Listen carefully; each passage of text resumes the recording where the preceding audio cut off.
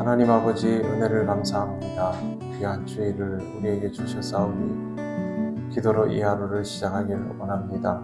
주님 말씀하여 주실 때에 따를 수 있는 우리들 되게 하옵소서. 예수님 이름으로 기도드립니다. 아멘. 찬송가 170장 하나님께 찬양드립니다. 내 주님은 살아계셔 날 지켜주시니 그 사랑 인하여서 나 자유 얻었네. 나의 구원 되신 주님, 내 소망 되신 주, 항상 나와 함께 하셔 곧 다시 오시리. 나를 거룩하게 하려 주 나를 부르니 주의 은혜 내게 넘쳐 주 뜻을 이루리. 굳센 믿음 나가지고 주 말씀 따르면 주님 다시 강림할 때 날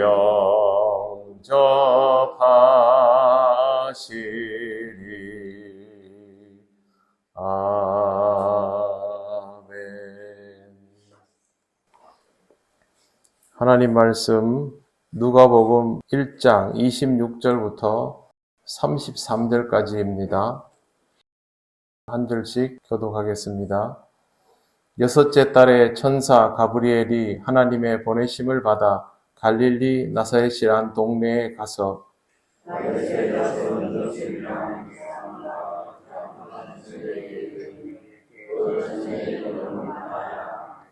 그에게 들어가 이르되 은혜를 받은 자여 평안할지어다 주께서 너와 함께 하시도다 하니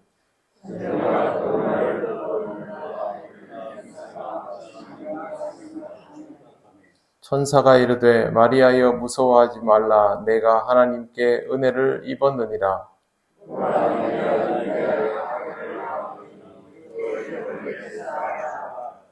그가 큰 자가 되고 지극히 높으신 이의 아들이라 일컬어질 것이요 주 하나님께서 그 조상 다윗의 왕위를 그에게 주시리니 영원히 야곱의 집을 왕으로 다스리실 것이며 그 나라가 무궁하리라. 아멘. 26절 첫머리에 여섯째 딸이라는 표현이 나옵니다. 아마 이것은 사가랴의 아내 엘리사벳이 잉태한 지 6개월 되었음을 말하는 것으로 보입니다. 천사 가브리엘은 하나님의 보내심으로 갈릴리 나사렛에 가서 마리아라는 여인을 만납니다. 마리아는 다윗의 자손 요셉과 약혼한 사람입니다. 가브리엘은 마리아에게 이렇게 말합니다. 은혜를 받은 자여 평안할지어다 주께서 너와 함께 하시도다. 마리아는 이 말을 듣고 놀라서 갑자기 왜 나에게 나타나서 이런 인사를 하는가라고 생각합니다. 당연하지 않겠습니까? 제사장도 천사의 출현에 전혀 적응하지 못했습니다. 그때 천사가 한 번 더 말합니다. 천사가 이르되 마리아여 무서워하지 말라 내가 하나님께 은혜를 입었느니라. 천사가 2번이나 반복한 말이 있습니다. 그것은 바로 은혜입니다. 은혜라는 단어는 언제나 주체가 하나님입니다. 하나님께서 인간에게 주시는 것, 그것이 은혜인 것입니다. 하나님이 주셔야 은혜이고 하나님이 주시면 은혜입니다. 사가랴는 하나님이 사자를 보내시고 말씀하시면 은혜다라고 받아들여야 하는데 그렇게 하지 못한 것이 문제가 되었습니다. 마리아에게도 같은 상황이 주어졌고 여기에서부터 마리아의 반응이 아주 중요해집니다. 반응의 기준은 하나님께서 내 인생에 개입을 하시면 이것을 무조건적인 은혜라고 받아들일 수 있느냐 하는 것이죠. 내가 바랐던 일이나 긍정적인 결과가 쉽게 예상되는 일이라면 우리는 직감적으로 이것은 은혜다라고 하며 받아들일 것입니다. 하지만 사가랴처럼 예상하지 못했던 일이나 다소 부정적인 결과가 예상될 수 있는 것이면 은혜로 받아들이기 어려워합니다. 그런데 하나님께서 우리에게 개입하시는 일들 중에 우리가 바라던 일은 거의 없습니다. 쌍수를 들고 환영할 만한 것들을 잘 말씀하시지 않습니다. 마리아에게도 하나님은 그렇게 하셨습니다. 31절 보라 내가 잉태하여 아들을 낳으리니 그 이름을 예수라 하라. 예수라는 이름을 많이 쓰기는 하지만 천사가 나타나서 이름을 지정하는 것은 다른 차원의 문제가 됩니다. 뒤이어지는 내용은 더 충격적입니다. 32절, 33절 그가 큰 자가 되고 지극히 높으신 이의 아들이라 일컬어질 것이요 주 하나님께서 그 조상 다윗의 왕위를 그에게 주시리니 영원히 야곱의 집을 왕으로 다스릴 것이며 그 나라가 무궁하리라.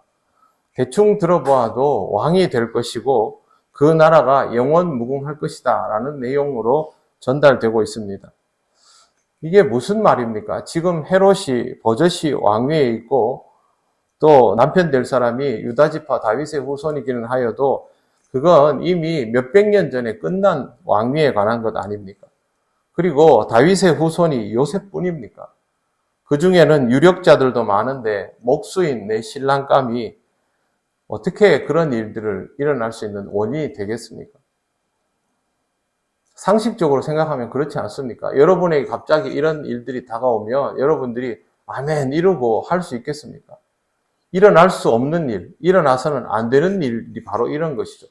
나중에 우리 아들이 커가지고 반란이라도 일으킨다는 말인가? 제일 먼저 그 생각부터 할 수밖에 없습니다. 이것은 생각보다 쉽게 은혜로 받아들일 수 있는 것이 되지 못합니다. 하나님께서 우리에게 자식을 주시며 하나님의 영광을 위하여 세워질 아이이다. 그럼 여러분들이 무조건 아멘 하고 다 받아들이십니까? 쉽지 않습니다. 여러분이 가고자 하는 길이 있는데 그것 대신 하나님께서 요구하시는 길로 가라고 하면 잘 받아들여지지 않지 않습니까? 내가 교회에서 원하는 것들이 있는데 하나님께 아무리 기도해도 하나님의 응답은 다른 식이다. 그러면 제가 은혜로 받고 순종하겠습니다. 쉬운 일 아닙니다. 그럼에도 불구하고 처음에 말씀드린 것처럼 하나님께서 내 인생에 개입하시는 것은 그 자체가 은혜입니다. 이것으로 인하여 내가 평화를 누리게 되건 아니면 평안한 가운데에서 신앙생활 잘 하고 있다가 고난의 길로 들어서게 되건 하나님께서 개입하셔서 내게 이루어지는 일은 다른 어떤 경로도 존재하지 않는 하나님의 전적인 은혜입니다. 이것이 은혜임을 알고 받아들이게 될 때 하나님의 역사가 내게 구체적으로 이루어지는 것이고 그 역사를 통하여 하나님께서 정말로 은혜를 주신다라는 사실을 확인도 할 수 있게 되며 여기에서부터 사실은 믿음이 성장하게 됩니다. 여러분의 인생에, 저의 인생에 원하는 것들만 이루어지지는 않았지 않습니까? 그것이 이루어져서 신앙이 성장하셨습니까? 아닐 겁니다. 하나님께서 우리에게 요구하시는 일들이 우리가 바랬던 일, 원하던 일들이 아니었을 때 오히려 우리의 신앙이 성장하게 되었죠. 그것은 두려운 마음으로 대하였지만 시간이 지날수록 하나님의 은혜인 것을 깨닫게 되었기 때문에 성장할 수 있었던 것입니다. 하나님의 개입의 은혜인 것을 알게 될 때 우리의 믿음이 성장하게 되고 하나님께서 주시는 경험을 내게 유익한 것으로 받아들이게 된다라는 사실을 항상 기억하시면서 살아가시기 바랍니다. 그래서 오늘도 하나님의 무조건적인 은혜가 우리에게 있는 귀한 날입니다. 이 거룩한 날을 하나님께 영광 돌리며 살아가시는 여러분 되시기를 바랍니다. 아멘. 기도드리겠습니다. 하나님 감사합니다. 우리가 참 부족하기 때문에 하나님께서 주시는 경험을 통하여 성장하여야 하는데 하나님의 역사를 은혜로 받아들이지 못하는 작은 믿음의 소유자일 때가 많음을 고백합니다. 그럼에도 불구하고 하나님은 우리에게 역사하여 주시니 이제는 조금씩 자라는 믿음으로 하나님께서 말씀하시는 모든 것들을 은혜로 받는 자 되게 하여 주시옵소서. 우리 통영교회 모든 성도들이 하나님의 은혜 가운데 영적인 성장을 이루어 가기를 원합니다. 오늘 거룩한 주일도 하나님의 은혜 속에서 조금 더 자라는 귀한 날 되게 하여 주시고 하나님께만 영광을 돌리게 하옵소서. 감사드리며 예수님 이름으로 기도드립니다. 아멘. 하늘에 계신 우리 아버지, 아버지의 이름을 거룩하게 하시며 아버지의 나라가 오게 하시며 아버지의 뜻이 하늘에서와 같이 땅에서도 이루어지게 하소서. 오늘 우리에게 일용할 양식을 주시고 우리가 우리에게 잘못한 사람을 용서하여 준 것 같이 우리 죄를 용서하여 주시고 우리를 시험에 빠지지 않게 하시고 악에서 구하소서. 나라와 권능과 영광이 영원히 아버지의 것입니다. 아멘.